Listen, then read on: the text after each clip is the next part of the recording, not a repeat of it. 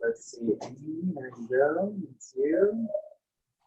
Ooh, sure. People are showing up. Oh. Uh-oh. I think half of that is everyone here on the Bella Luna property. Other half is Eberle. We're about to go live on the old Facebook. Does that mean everyone can hear us? Yes, everyone can hear you, and you're being recorded. Oh boy.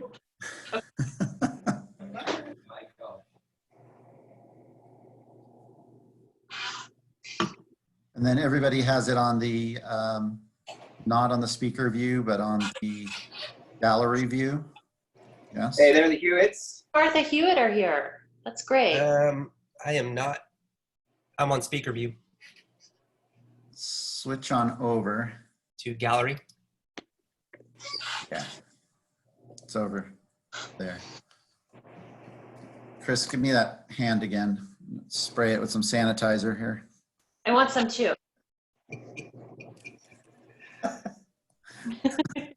Good stuff, right? The crowbar? Oh, nice. Little plug. All right. We good? Cough in your elbow, dude. Even Martha are back on, right on. Hello to Ohio again. And let's see. It looks like we're looking good. You're live and it looks good. Great. Making sure everybody's reporting in. Jim and Nikki Parker. Hi, Jimmy. New Orleans. Yeah. Nope, there's no video. It's a webinar style, and so we don't have the audience on as well. You just get to look at our pretty faces. Although Chris's face seems to be a little dimmed out there, but that's all good though. Maybe it's just the beard, huh? It's fine. Yeah, it's the beard. It darkens everything up there. He's looking swarthy today. You are actually. Cool. All right. Wow, we're already up to 26 or so on the Zoom. Cool. We're gonna. Looks like we're about 3:05. Let's see. We've got a few on Facebook. So our numbers are going up. So just waiting on a few people to join us. I know, oh, Shelly, there's on. Isn't wine a sanitizer? I don't know. I don't want to waste that on my hands. Precious commodity. Exactly. That's good for the mind. Okay, looks like numbers are climbing. Cheers, everyone. Cheers. Cheers. There you are. Excellent. All right. Right on. Well, let's get started. Again, I'm Chris with Chris Toronto with the Paso Robles Wine Country Alliance. Thank you, everyone on Zoom and on Facebook Live for joining us. But we are kicking off our, excuse me, our next show here on Sangiovese. I don't know. I thought it would be cool. Actually, I should say that the impetus of this was I had this really cool media visit just before we went into the shelter in place, where I went over to Jimmy's place and we had a little discussion about Italian varieties, and it was so fun and kind of engaging and everything, and the Sangio was so good that I thought, well, that would be kind of fun to focus on something about Sangio in the future, and it's finding its home here. And so before we get completely rolling, I'm going to introduce everybody and ask everyone, of course, also to say a little bit about themselves and their brand. I'm going to start with Amy Butler, who is a winemaker at Pelletiere Estate. So Amy, do you want to say a couple quick things about Pelletiere? And sure. Pelletiere Estate is a project that Janice Pelletiere Denner started in 2014 with a little property in Willow Creek District. We have about 11 to 12 acres planted right now, and it's all to Italian varietals, except for a little bit of Syrah. You're in Willow Creek, you gotta grow Syrah. but there is on the property Sangiovese, Nebbiolo, Lagrein, Montepulciano, Aglianico, Zinfandel, and a little bit of Raw and a little bit of Viognier. So mainly one of our flagship wines that we produce, and it's a Reserva, is the Sangiovese. So it's exciting for me to come here and talk about it because, to be honest, I'd never made Sangiovese before I started working with Janice in 2014. So I've learned a lot about Sangiovese. We'll be coming back around as we taste through these wines and talking, of course, back to keeping the intros going. Chris Eberle from Eberle Winery. Talk a little bit about yourself and the brand, please. So I've been the winemaker here at Eberle since 2015. I actually worked here from 2006 2009 as the assistant winemaker with Jimmy Zanoli from 08 to 09. And left to work abroad for about 6-7 years. And 2015, Gary Facebook messaged me and asked me what I was up to and invited me back to be his winemaker. And so I've been making wines for Gary since 15. And you know, Gary's kind of a legend in this area. He's kind of the godfather of Paso Robles. He's been making wines here since 1973. And yeah, it's been fun and it's nice to carry on his legacy. All right. And Jimmy Zanoli. Hey, Jimmy Zanoli here from Bella Luna Winery. This was a project started by my dad and his business partner, Kevin Healy, over 20 years ago.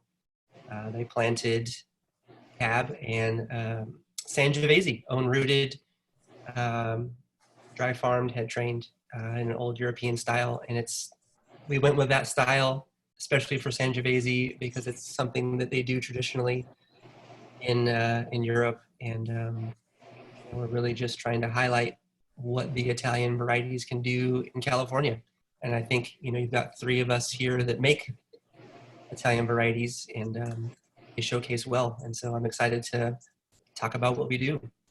Cool. And like I said, this all came about because I was taking these journalists that we had visiting from New York for the most part, and a couple other larger cities from around the nation on this tour where we went to Jimmy's. We had that really fun rainstorm that we had to kind of get off the vineyard and get under a roof, and sat down, started tasting through some of the wines. After that experience, so many of them were like, Italian variety, you guys are Cab, or you guys are Rhone, or you guys, you know, but they were all so excited to taste something so different. Because yes, we have 60 plus different varieties that are grown in Paso. It's quite a few. We don't hang our hat just on one, right? We do so many things so well. And these Zoom hangouts that we've been doing, where we put some fun people together to talk about something, we've yet to talk about a variety. And funny enough, you know, I picked Sangio first. I happen to really like Sangiovese too. I've had all 3 of yours. Yes, some of you also make additional Italian wines. I know, Jimmy, you do, and Amy, you as well. And then I think over at Eberle, you guys are making a Barbera as well. And am I missing anything there? So I thought, all right, people compare us to Tuscany all the time. Why not? Why not talk about it, right, Amy? I mean, you actually made that comment earlier on a map I'll end up showing here after a bit. But as far as comparing us to Tuscany, I mean, what does compare us to Tuscany? What kind of correlation can you make there? Well, I know a guy, one of my friends who grew up in Paso Robles. He went on his honeymoon to Tuscany, and he came back and he said, I don't know why anyone goes there. It looks just like Creston. So I think there are a lot of similarities between sort of central Italy, where Tuscany is, and Paso Robles region. We both have that sort of Mediterranean climate.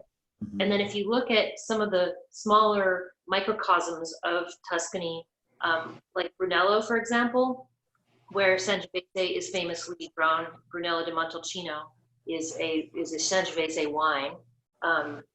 That's more sort of southern Tuscany It's hotter there. The soils are really rich in calcium, so AKA limestone. So it looks a lot like Paso Robles to me as far as a growing region. So it doesn't surprise me that Sangiovese does so well here. Yeah. Chris, you're nodding your head and all, but where the Sangio now, I was looking at the bottle, and it comes from two different vineyards, the Selby Vineyard and the Wine Bush Vineyard. Are you seeing similar attributes in those vineyards as to what Amy was describing? Yeah, so I mean, I've worked with Sangiovese from Creston to, all the way on the west side and Templeton Gap. And no matter where we get the Sangio from, it's always good. The chemistry is always great. And for me, when the chemistry is good, that tells me the variety belongs here. And, west side so the Selby Vineyard portion of that wine comes from the west side, kind of down the 46, halfway between the ocean and Paso Robles, down Hidden Valley. Some of you probably know where that is. Mm-hmm. But it kind of comes from this cliff. I forget the elevation, but the vineyard is literally like almost hanging off the cliff. It's really cool. The aromatics are great. What's great about Sangio and also tells me it does well here is that even in a hot vintage like 17, it weathered the storm. It never, shriveled up. It never raisined. And, even in a hot vintage, chemistry is good and it produces a good wine. And even during ferment, you can kind of be hands off with Sangio around here.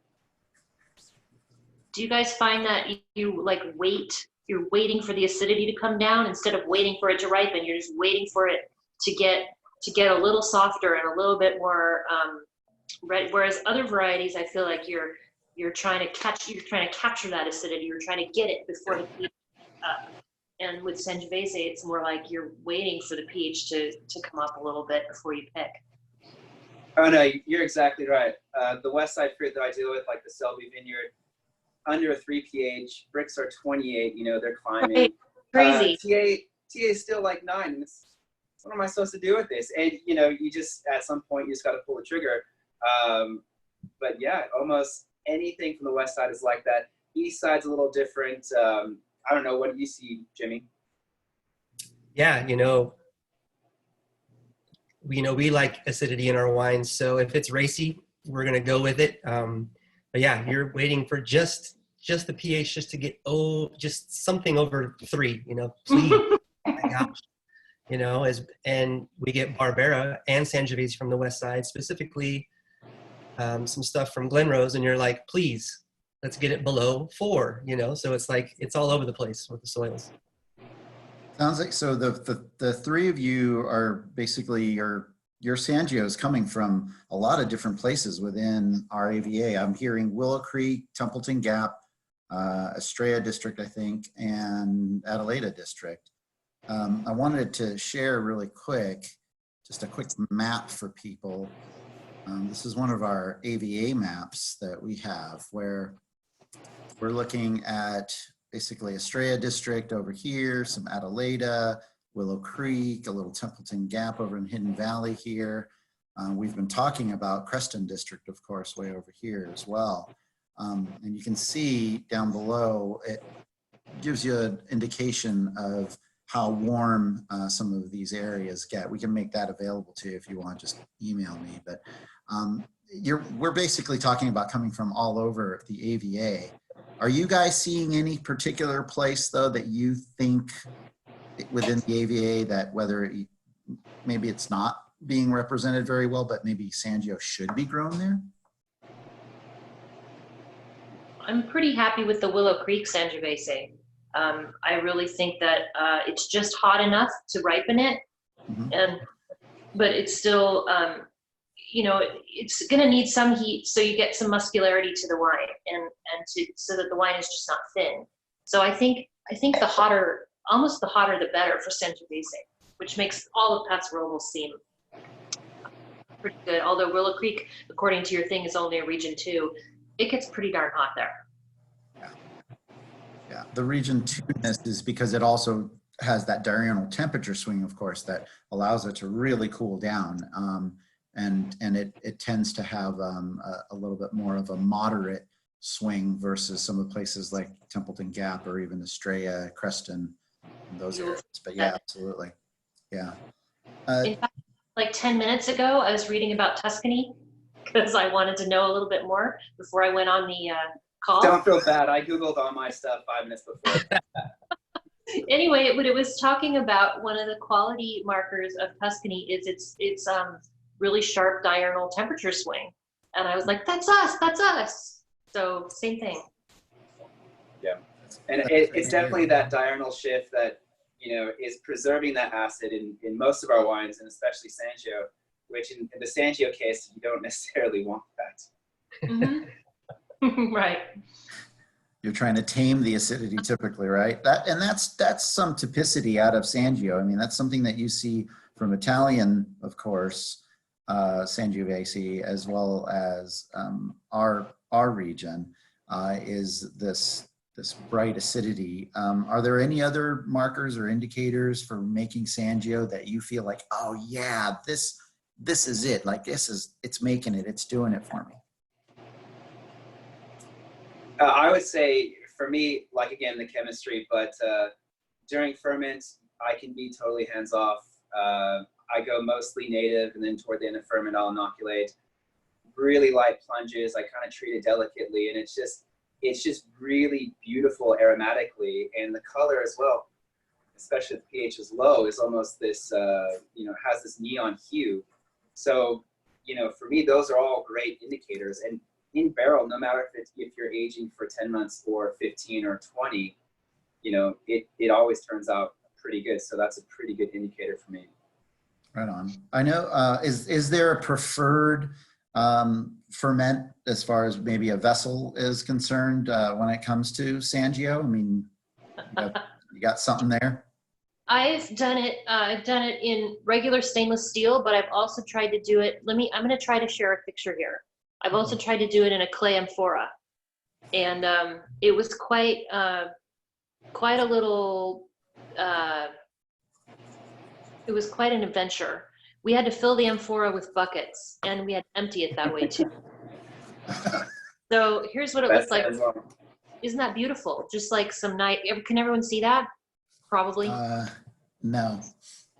Oh, I have to click done. You have to click there you go. There it is. Mm-hmm. Yeah, Hey, so what's that leaf in the middle there? What's that about? that's something that I failed to pick out, Chris. There's a little anyway, so that's so clay amphora. I still use them for aging, but I'm not fermenting anymore. Didn't you have also an image of the clay amphora with the foam? It was overflowing with foam. Yeah. I can show that one if you want. Yeah, I thought that was pretty cool earlier. It's kind of an embarrassing shot. It kind of makes me look like an amateur, but I'm happy to share it. No, it's the measurements you got from Italy. They messed it up. Yeah, right? So that's a very active fermentation that was in the clay amphora, and I'm not sure. I really like aging it in the amphora, though. I feel like it softens the tannins. Chris was mentioning that he treats the fermentation really gently, and I do the same thing because I don't want to extract too many tannins. Because tannins plus acidity just really could make the wine inaccessible until years later, and I really want the wines to be accessible on release. Oh, right on. Hey, Jimmy, so talk a little bit about, we should probably share what we're having, right? Yeah. Yes. I was going to quickly share a bottle shot, but Jimmy, I was going to ask you to talk a little bit about, oh yeah, that's right. So this bottle that you shared actually wasn't quite a Paso wine. It is now. I went ahead and fixed that. There you go. But this is what we're having today. Good job, buddy. Thank you. I'm pretty artistic. And so we wanted to obviously focus on Sangio. And a funny little surprise was the fact that this Sangio coming from a different vineyard outside of the area. I mean, you've got a thing. If you're out sourcing fruit, Sangio from other areas. You obviously got a thing for Sangio, and obviously also you have this kind of love of Italian varieties. Talk a little bit about that. Yeah, I mean, really that started with my dad. I mean, being an airline pilot and him traveling all around the world, his favorite layovers were in Italy, no matter if it was in Piedmonte or Tuscany or any of the wine regions. And he kind of brought that love affair home, and being that at the time we could dry farm, and the time that this is a region that you can grow most anything, he really wanted to focus on showing off the Italian varieties because they thought they would show well early on. Part of the impetus for us being owned rooted was, Ken Volk came over just because he was right down the road, and he would talk to us for quite a while and often about just there's no phylloxera, you've got sandy soils, just go for it. And so my dad just fighter pilot term, went full throttle, and or full bore if you want to Mr. Eberle there, and that was it. And Sangiovese isn't widely planted in California, but you can find some up near Monterey. You can find some here. You can find some down in like Los Olivos, San Ynez, Goleta area, and it does well in all of those places. And it's been cool to kind of play with the other different viticultural areas and how they grow it and what they do. I like the fact that Paso can deliver power, but also with this diurnal temperature swings, it can deliver the acidity and freshness that you're looking for. So who knows? The focus will always be on our estate. The focus will always be Paso Robles, but it's fun to kind of dabble every once in a while outside of the area. But we're Paso people, and I love it. Awesome. You three also made wine, and kind of going away maybe a little bit from Sangio, but the three of you have made wine in different places. Amy up in Napa. Jimmy, you also were up in Napa for a little bit. Chris, you were Southern Hemisphere. We've got obviously different terroir here than those places, but what makes you excited to make wine here in Paso as opposed to some of these other places? Amy, go first, actually. Well, I only really made wine in Napa for about 5 years, and I've been in Paso Robles I like to say almost 20 years, a good 17 years. So I really feel at home here, and I'm much more versed in the diversity of the Paso Robles region. I probably made wine from every single one of the 11 regions inside Paso, sub-AVAs. And I just feel I'm kind of tired of comparing it to Napa. I feel that it has its own sort of, it is its own thing. And every time we say, well, it's as good as Napa, or it's better than Napa, or it's almost as good as Napa, or we grow Cab too, in a way we're I don't know, I can't remember who said it, but if we keep comparing ourselves to Napa, we'll always be a cover band. We'll never have original material. And I think having original material is cool about Paso. And also the diversity of what we can grow here and what we can grow here and have it be economically feasible. I think in Napa, the land prices are so overblown that you can really only plant Cab and only make $200 Cabernet if you want to make a go of it in Napa. But in Paso, a little person like me can start their own label and be successful at it and sell a $36 bottle of wine all day long. That's a great point. I mean, that's still true in Paso Robles, and it hopefully it will remain true. Let's hope so. I mean, everything that you just said there is so true. I mean, the majority of our wineries in Paso are of very small production, and the ability for people that just want to get started with a barrel and then move to 2, move to 4, whatever is definitely still a possibility. That all of you, Amy, you have, of course, your own brand too, besides making the wine for Pelletiere. Jimmy, you've got your Zanoli brand as well. Chris has a brand that we're not going to talk about that's also out there and finding its way. And I think that's the beauty of Paso is that we have the ability to be able to still be discoverable for our winemakers as well as consumers. Chris, making wine down in the Southern Hemisphere, and then coming back up here, I mean, obviously now this is your home and all, but do you miss anything, any aspects of making wine down there, and how have you brought maybe even some of the practices that you learned there up?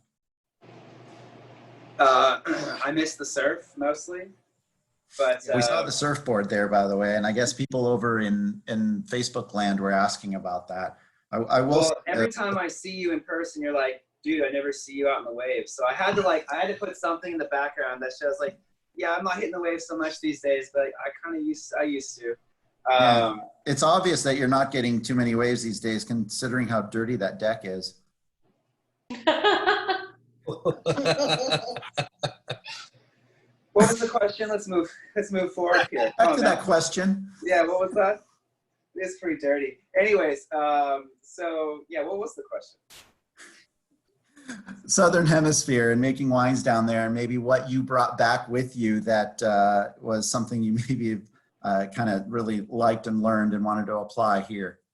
So we're making wine in Australia, where I was for about 4 years.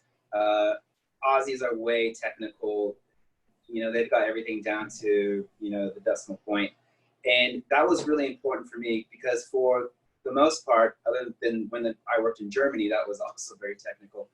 But I needed that background and that skill. So that really helped me in my career and moving forward. I had all the other stuff. That was kind of what I was, that was the last piece of the puzzle. So that was most important. And also like working in Margaret River, their rainfall there is, 50 to 100 inches in some year. Like it's pretty crazy. And then you come back to Paso Robles and, we're lucky to get 11 inches, which I think is very special to our area because it really makes unique wines. This dry climate is really great for what we're doing. Yeah. I have to say that since the drought, we have not irrigated our Sangiovese at Pelletiere Estate at all. And the first year that we didn't water was 2018. And to me, the ripening was more even that year. I think it's because we have some problems with our irrigation, frankly. I think there's some emitters that are blocked, but it was just a much more uniform ripeness that year. And we didn't see much reduction in yield either. And I think that it's a kind of, it's a testament to both Sangiovese's sort of real rugged, ability to grow anywhere, and also to the sort of Willow Creek district, also the age of the vines. I mean, there's a lot of things that were going on there, but I think it's noteworthy that we haven't watered, and I really like it that way. Jimmy, you over there at your property, you were saying sandy soils. So the difference for the audience a little bit is that where Amy and the Pelletiere estate is over in the Willow Creek, they have a lot of this calcium-rich type soil that acts as almost like a sponge, where much of that calcareous rock can actually retain water all through. And so if we get a good rain year, it can retain water all through or most of the summer. I mean, it adds almost 1.5 times its own weight. Jimmy, where you are, you're kind of near that river kind of bench and bend. It's a little sandier, a little rockier. Talk a little bit about how Sangio is performing there in these drought years. So, I think we've been in a drought I think we're still in a drought, but prior to getting some of the heavier rains in 17 and 18, I think we're in a drought for probably 15, 16 years.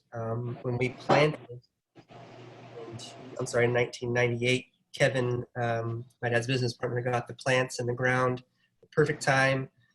It rained about 30 inches and we were on our way. And I think that was the last really heavy rain. And so over the years, we've seen some decrease in production. We've had to adjust the vineyard instead of having so many cordons off the vineyard, we've had to kind of trim back some on some plants. And, you know, it's been trying, but that's farming. I think that's the fun of it. I think that's the challenge of it. And with Kevin out there still guiding us along the way, I think we're in a good spot. Being that we are in this portion of the gap, we do have a lot of groundwater, and we actually but we decided to put some solar panels up, and so we removed a couple of plants, maybe 10 vines, and as they were digging up the roots, they went down, you know, this was in 2010, maybe 12, the roots were already down, you know, 35, 40 feet. So who knows how far down they are now. Being that it is, you know, we've got down by the road, we've got more of that sandy alluvial topsoil all the way through to the root base, whereas you work more to the north, we've got maybe a couple of feet of clay and then, you know, straight back into that Salinas riverbed essentially. And so that allows those roots to really go down and go deep. We also worked for a while with the Hearthstone Vineyard out by Talbot's Creek around the backside. And, you know, they have that kind of limestone soil and clay at the same time. And it was cool to see the difference between the two, you know, east and west side vineyards. Play around with those. Probably seeing like some different vigor that would probably happen compared to like the stuff in the sandy soils that, you know, drain really well versus the clay type of soils. Is there a difference in fruit as well? Oh yeah, fruit sets a bit bigger, profiles a little bit different. The stuff down below, super fresh, super bright, and the stuff from up top is kind of got some darker profiles. Just, I would say, you know, some of the stuff on the down by our driveway is our entrance to the winery is a little more bright, you know, bright cherries, you know, bright dried cherries. Whereas you go up to the north behind me, and it's a little bit darker, a little bit dustier fruit qualities to it. Are you? Is there a one profile over the other that you're kind of like a little bit more into, or just putting them together is what makes that great product at the end? I think putting them together is what makes a great product at the end. I mean, we are only 10 acres with about 8 planted, so we don't have a lot of room to play. Being that we actually used to do 2 different bottlings of our Sangiovese. Kevin liked to do the estate Sangiovese and then our super Tuscan style blend. And the characteristics of our Sangiovese off this estate has got the leather and it's got those dusty dried Bing cherries. And I think putting those 2 together really enhance those qualities. So I like them together, to answer your question. Is that estate Sangiovese? Is that the one you call Grosso? No, that is the Brunello clone, and that's coming from Ron Saletto's vineyard up in San Benito. Okay, got it. So while we've got the time here, Amy, talk a little bit about this wine in particular, this vintage and the wine and what you're getting out of it. And then I'm going to have you guys kind of continue that as we go. So you want to talk a little bit about Pelletiere? It's funny, I haven't tasted my own wine yet today. I've been tasting, I think, chock full of like really nice raspberry and almost floral characters. And I've been tasting the sort of smokier, more intense Bella Luna wine, but I haven't tasted the Pelletiere yet today.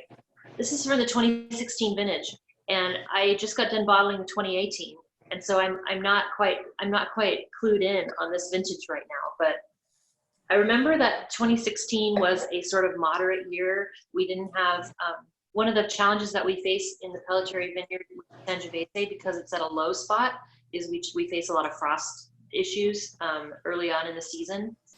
And I believe 2016 was a pretty good year in that we didn't get a lot of frost damage.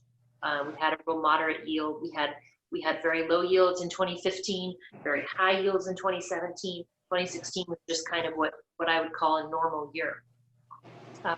I had adopted the clay amphora as an aging vessel by that time. I was not trying to ferment in it anymore. That was 2015, and I was done. So this wine is aged in a combination of clay amphora, and which is a millennial technology just coming back into play. I don't know if are you guys using any clay, Jimmy? Not yet. I mean, that's something I would like to, but Yeah. forget. Chris, are you? I think We're not that cool over here. I think one of the reasons we have it is because Janice thinks they're pretty, and they certainly are. They're just they're handmade terracotta vessels, and they sit in the tasting room, and the wine ages in them. But anyway, you asked about the wine, not the vessel. No, that's okay. Keep it going. My guys would just break an amphora, so there's no chance. Not a chance. Well, they come with headgear. I would break it too. Well, my guys should be wearing headgear most of the time like that. I call it headgear because it looks like the thing that you put around your head when you wore braces, but it's just it's a nice it's a nice metal cage that goes around the amphora that makes it easier to handle. I would definitely need one of those. There's nothing scarier than driving around with a forklift with the amphora on there without it is the scariest thing. I mean, it's just, yeah, especially when it's full. Anyway. Tight quarters in your winery. Egg, don't you? What? Well, Jimmy's got a concrete egg. Yeah, but I use it for Italian white. Oh, yeah, that's cool. I aged this in amphora and new French oak puncheons. So it's a combination of the two. This is a very light toast puncheon though, and it's not. I don't think you get a lot of oak on the nose. I get a lot of dark cherry, black cherry. I get some sort of herbal characteristics, tobacco, a little bit of like thyme, and I like to imagine Italian herbs, but I don't want to go too far in like the pizza pasta direction. It's not tomato-y, so that's good. But I get a lot of, get a little bit of tar and something almost floral that I picked up in Chris's wine too. Maybe it's a violet, maybe it's something. Hold on, maybe I can help. Yeah, help me.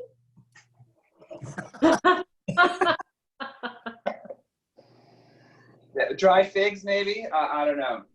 I think I get dry figs for sure. And a fig is just a flower, kind of. But with yours, I get a hint of like almost like a sort of mushroom forest floor kind of thing. There's definitely that. It's very earthy, but it's clean. It's not microbial. Yeah. No, it is clean, but yeah, that's it's really tasty for sure. Very tasty. Sticking a hole in the mud. We like tasty.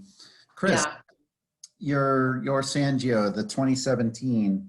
Now you said that making Sangio, the first time you made it was with Eberle, or were you already making it or had made it somewhere else? 2006 would have been the first time I've worked with Sangio, and I've really only worked with Sangio that I can recall in Paso Robles. Mm-hmm. Okay, and talk a little bit about the 17. What's interesting? What's unique about it? And so I'd say out of the three wines, mine's the most kind of lighter in style, a little more kind of fruit driven. But the two vineyards that we make it from. The first one is the Selby Vineyard, and the next one is the Wine Bush. And Selby, like I said, comes from the west side down the 46. And then the Wine Bush is in the Geneseo district, which is just a stone's throw going south from Eberle. And it's really cool working with those two different vineyards from very different areas in Paso. I would say the west side stuff is better color, better chemistry. The east side stuff tends to be a little lighter in color. Not quite brickish, but can have a little bit of that. The chemistry's good, and I don't push this wine too hard as far as ferment goes and that kind of stuff. And I only do about a 6 to 8 day ferment, and I will use a combination of American, French, and Hungarian. I like all three of those with Sangio. And we only do about 15 months in barrel. Anything past that, I feel like with my style, you start to lose a little bit of fruit freshness. Sorry.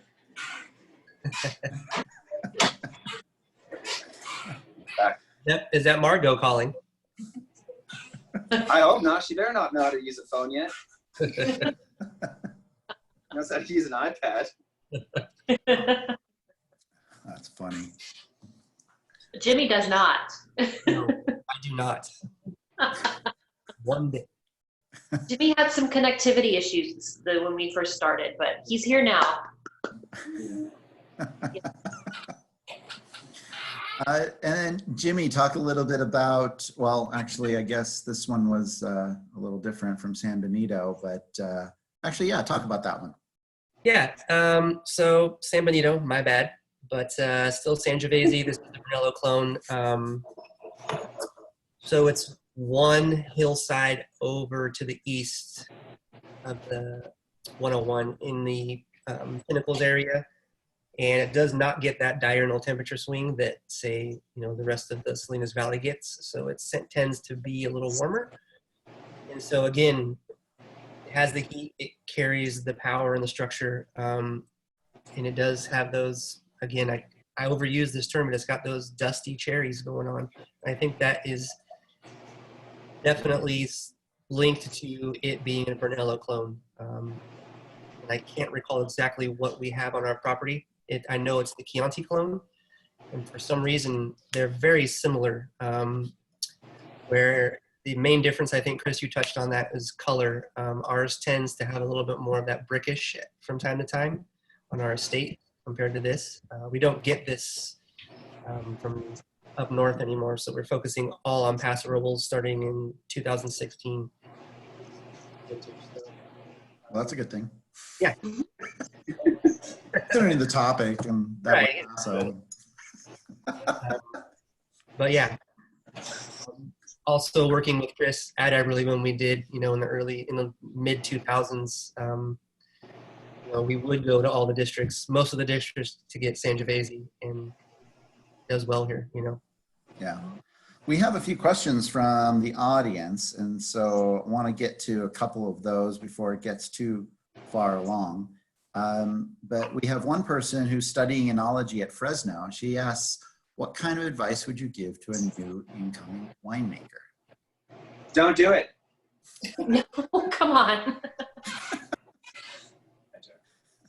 I'd say do what Chris did and get as much experience around the world as you can.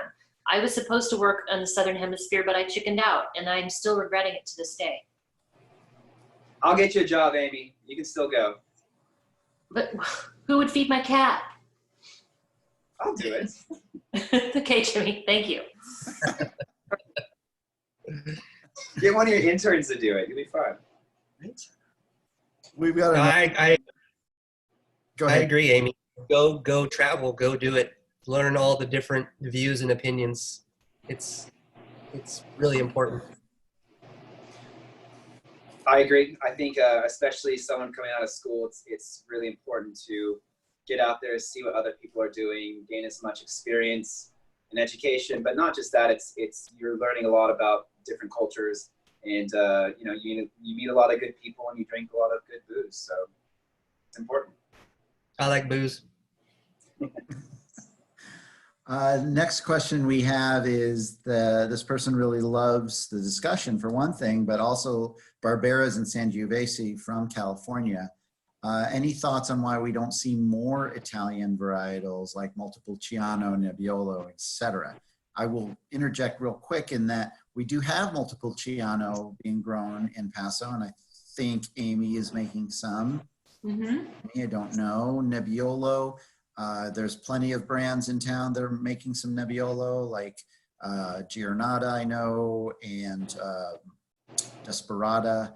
And there's even Nero d'Avola, and you as well, over there at Pelletiere. Then there's Nero d'Avola and a couple of other interesting grape varieties that are Italian that I know Clessie across the street from you, Jimmy, have. And so part of why we're talking about this oftentimes is also that people do compare us to Italy, but they also compare us to Spain. And so once again, an interesting growing region that can do a lot with a lot of different varieties. But what are your thoughts on the growth maybe of Italian varieties in Paso?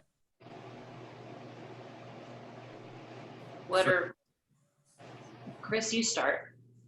Oh, I think, you know, with the younger generation of winemakers coming online, they don't want to do Cabernet, they don't want to do maybe even Syrah or all that kind of stuff. And I think not just with Italian, but lots of other obscure varieties. I mean, they've already, you know, become quite popular.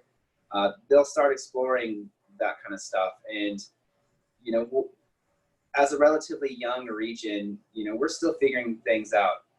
And I think Sangio and Barbera especially are here to stay. And, you know, we'll keep planting other varieties that are Italian. And yeah, I think it'll keep growing.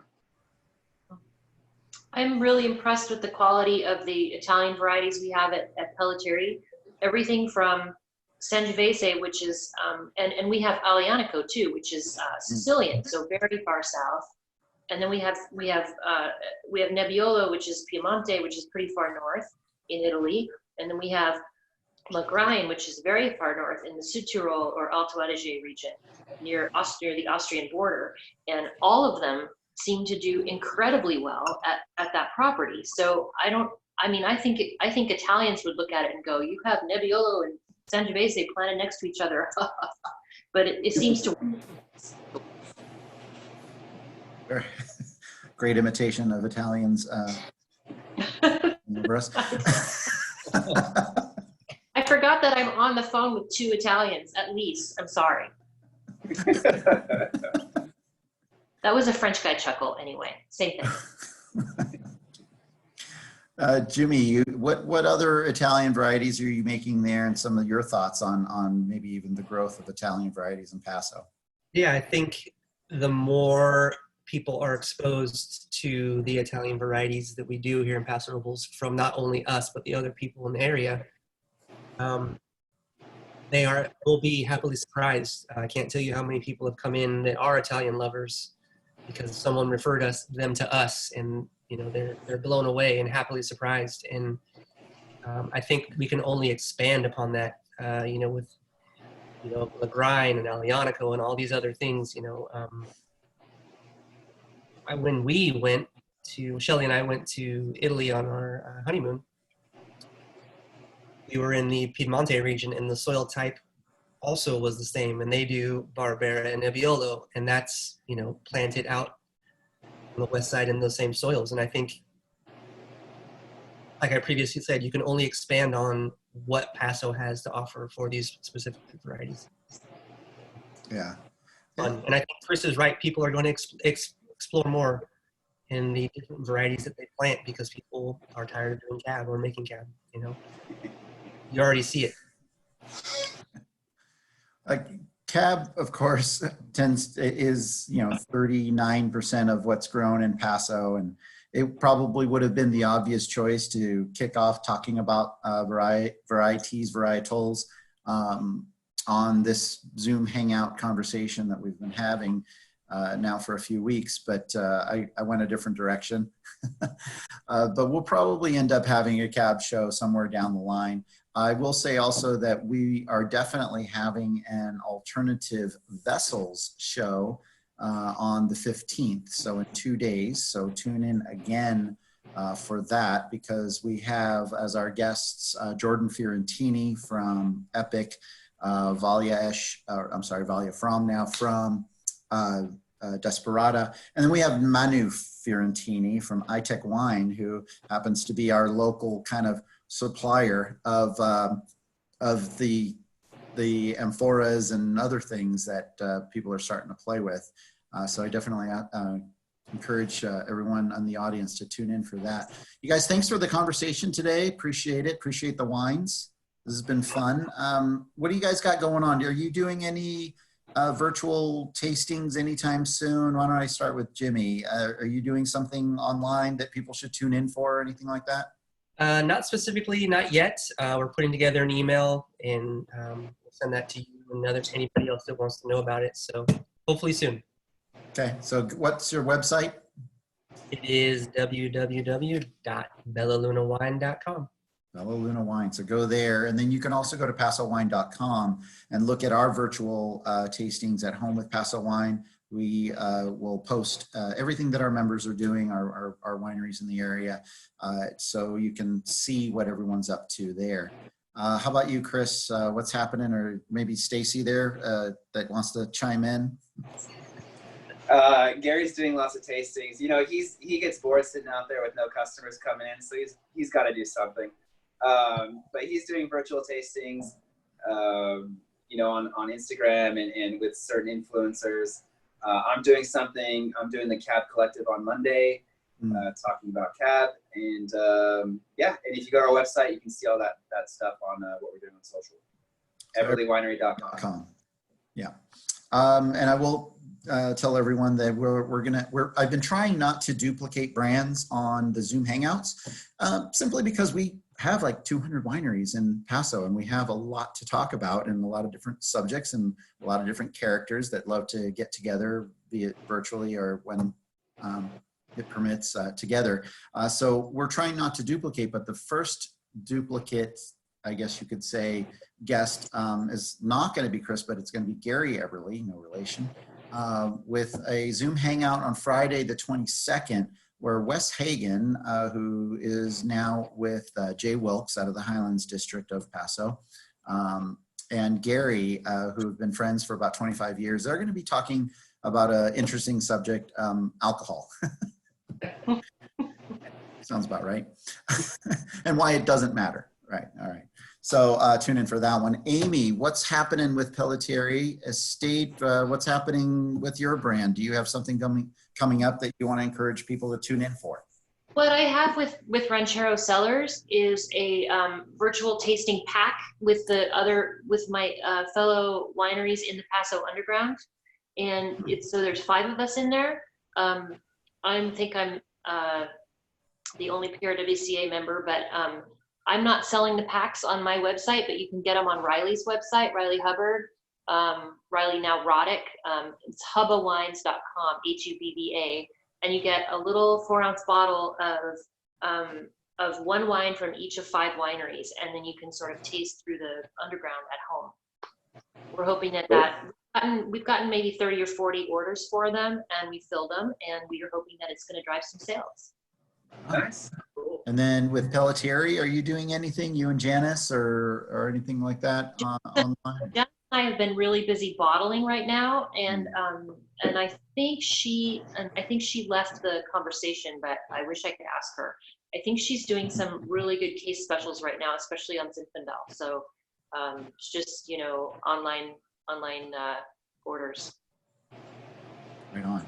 And of course, we have our Zoom Hangouts. Sure. Does she want to? Janice, do you want to tell us what your what exciting deals you have right now? You can tell us on chat. Yeah, have a look at the chat. I've got a couple more words to say here, and so people will have an opportunity to see it on the Zoom chat, of course. And then maybe if she is able to type a few things there, you can chime in. But we do have an interesting question that I do want to address, and it's, how do you feel about the governor's recent release of guidance on reopening wineries, breweries, etc.? And so just to make that clear real quick, is that with his announcement, which of course a lot of these announcements that are almost coming out daily and just all over the board, it's like, you know, landing a fighter plane on a moving platform like a ship or something. Yeah. It's quite crazy. But what we know at this moment in time as far as opening is concerned is that the approval is that if you're a winery that also has food service, that you are going to be kind of tied into food service restaurants. And so the assumption is that you're having these seated tastings and that they include food. And of course that food is involved with the same transaction. And so if you're a winery that's a restaurant or have restaurant capabilities or are serving food, that does actually open the door for wineries who want to be able to contract food. And so calling it a food trick or something like that. But of course there is some specific language about this single transaction thing. Will that stick? How it's going to go, we'll see. However, as of now, what's essentially waiting is for the state to approve the county's basic request on this kind of reopening and phasing that with very specific language that will lead us to that point of allowing those wineries with food service to be able to reopen. So as I said, it's changing every day. And I know that we from the Wine Alliance, we're keeping our members apprised as to all of these changes. We have these weekly, or I'm sorry, daily almost, emails that I'm sure are quite annoying to everybody because they're constantly getting something and the message is constantly changing. But once things actually show that they are moving in that direction of reopening, you know you'll be hearing from us because we are pretty good at communicating. So awesome, everyone. Thank you so much again for being a part of our, it looks like Janice did respond and let's see. She said that to follow her on Instagram and she's running Instagram specials. Got it. Okay, there you go. So. And if you buy $500 worth of wine at Pelletiere, you get a free stay on the property. Well, great. Woo. Right. Nice.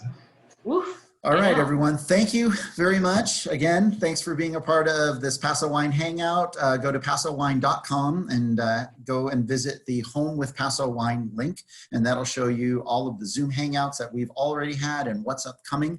And join us again, please. All right. Thanks, everyone. Bye. Thanks. Thanks. Bye, everyone. Bye. Bye.